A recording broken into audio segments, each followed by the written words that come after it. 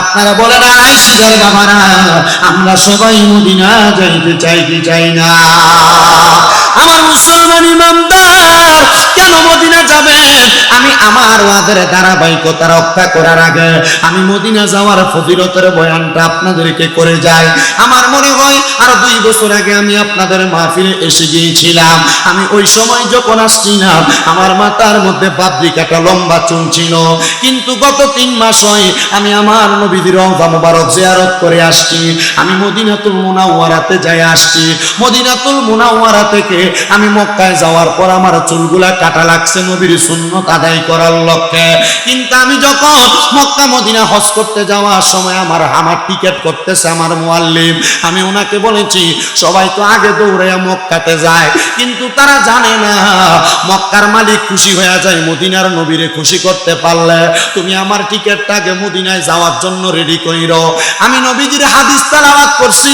আমার নবী বলেছেন মান যারা কবরি ওয়াজাবাত লাহু শাফাআতি ইয়াউমাল কিয়ামা।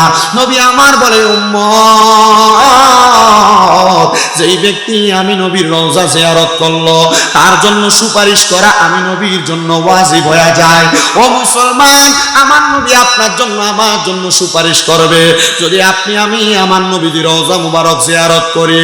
কিন্তু আপনি আমি তো রওজা মুবারক জিয়ারত করি নাই। আপনি আমি তো দুনিয়ার জমিনে থাকা অবস্থায় এমন করে আমাদের জীবনটা অতিবাহিত করতেছি। মুসলমান,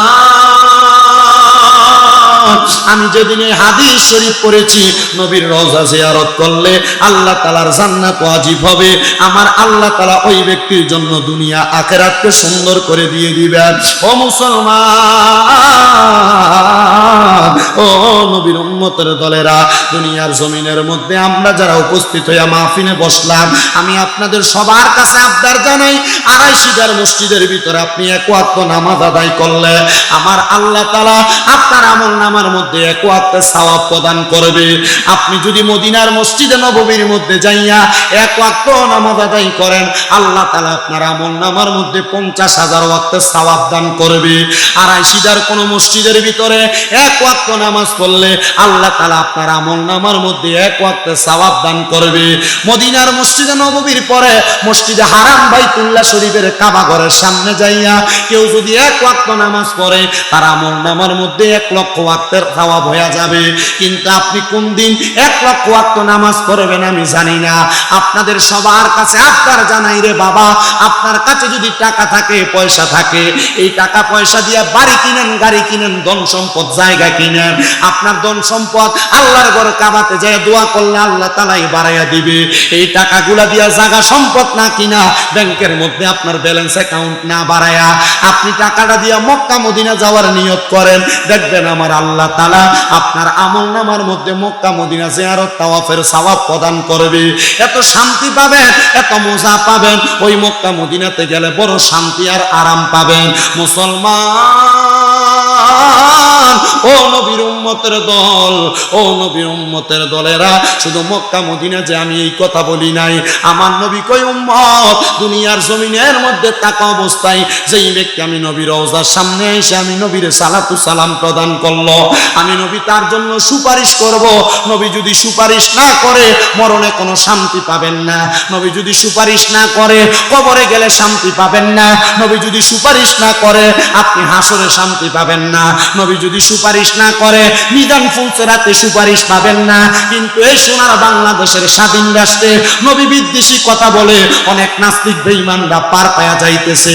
রাখাল রাহা নামক একজন লোক গত পরশুদিন আমার নবীর শানে কটূক্তি করেছে। বাংলাদেশে এখনো পর্যন্ত আইন পাস হয় নাই নবী বিদ্বেষী কথা যারা বলবে, আল্লাহর কোরআন বিদ্বেষী কথা যারা বলবে তাদেরকে বাংলাদেশে ফাঁসির কাষ্ট দেওয়া হবে। দেওয়া হচ্ছে না বিদায় রাখাল রাহার মতো লোকরা আল্লাহর নবীর শানে কটূক্তি করতেছে। নবীজির কোনো ক্ষমতা নাই, নবীজির কোরআন নিয়ে মন্তব্য করতেছে।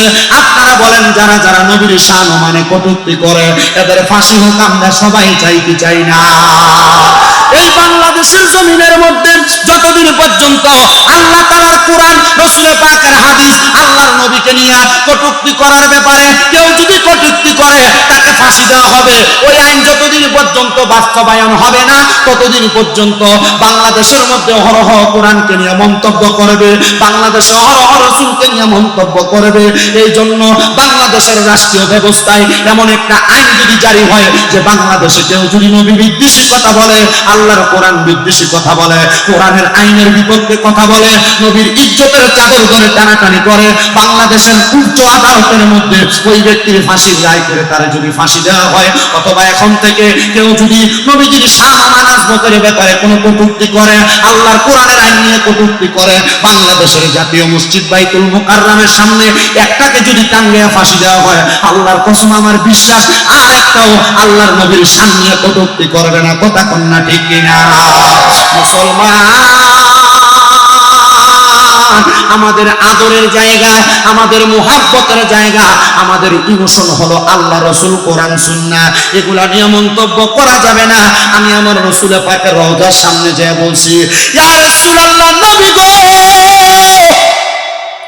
ও দয়ার নবী গো, 7 দিন পর্যন্ত আপনার রওজার সামনে দাঁড়ায় দাঁড়ায় সালাম দেই, ও মায়ার নবী, কিন্তু আপনি নবী, রাহমাতুল লিল আলামিন নবী, রওজা মুবারক দেখতে এত সুন্দর লাগে, না জানি আপনি নবী দেখতে কত সুন্দর।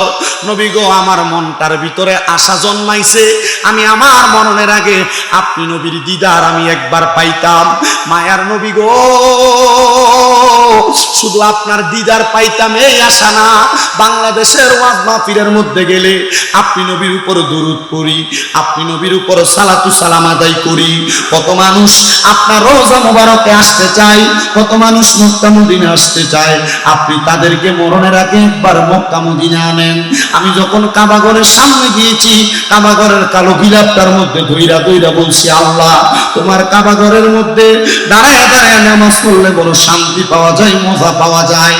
অনেক মানুষ তো তোমার কাবা ঘরের সামনে আসতে পারে নাই, আল্লাহ, তুমি তো তাদেরকে একবার কাবা ঘরের সামনে মরণের আগে আনতে পারো।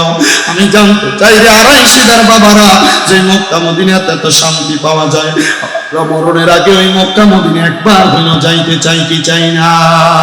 যদি যাইতে চাই জবান খুলে জোরে জোরে পড়ে, ওরে দয়া আল্লাহ, দয়া করো, নসিব করো মদিনা, লা ইলাহা ইল্লাল্লাহ, লা ইলাহা ইল্লাল্লাহ, লা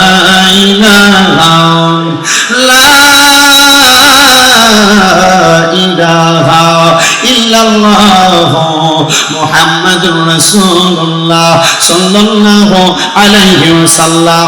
আসেন আমার বাবাজিরা, বন্ধুরা, নবীর উম্মতের দলেরা, পর্দার অন্তরালের আমার মা বোনেরা, আমরা যারা জান্নাতের বাগান মাহফিলে বসলাম, আমাদের জীবনে তো গুনার কোনো অভাব নাই। আমি শামীম বেদার গুনাহ যদি এই আশুগঞ্জের আড়াইশিদার মানুষ দেখতো, আমার এলাকার মধ্যে প্রবেশ করতে দিত না, আমার দূর দূর করে তাড়ায়া দিত। আল্লাহ তাআলার দরবারে লাখ লাখ শুকরিয়া, আমার জীবনের গুনাহগুলো আল্লাহ গোপন করে রাখছে। এ দুনিয়ার মুসলমান, এ নবীর উম্মতের দল, আপনাদের যাদের দাড়ি পেকে গেছে, একটাবার চিন্তা করে দেখেন, আপনার জীবনের গুনাহ যদি আপনার সন্তান দেখতো, আপনার বাবা বলে ডাকতো না। আপনার জীবনের গুনাহ যদি যুবক ভাই, আপনার মা দেখতো, আপনার সন্তান বলে পরিচয় দিত না। হায় রে মা, আপনার জীবনের গুনাহ যদি আপনার সন্তানেরা দেখতো, আপনার মা বলে পরিচয় দিত না। আল্লাহ, এত গুনাহ যে করতেছে বান্দা, তুমি তো বান্দার গুনাহগুলা মাফ করতেছো না। আল্লাহ কয়, বান্দা মাফ করব, গুনাহ করতে করতে যদি পেরেশান হয়ে যাও, ক্লান্ত হয়ে যাও, আমি আল্লাহর ঘোষণা, লা তাকনাতু মির রাহমাতিল্লাহ, ইন্নাল্লাহা ইয়াগফিরুয যুনুবা জামিআ, ইন্নাহু হুয়াল গফুরুর রহিম। আল্লাহ কয়, বান্দা, আমি আল্লাহর রহমত থেকে নিরাশ হইও না, নিশ্চয়ই আমি আল্লাহ ক্ষমাশীল এবং দয়ালু, বড় বড় গুনাহগুলো আমি আল্লাহ ক্ষমা করে দে। বাবাজিরা, বন্ধুরা, গুনার কথা স্মরণ করে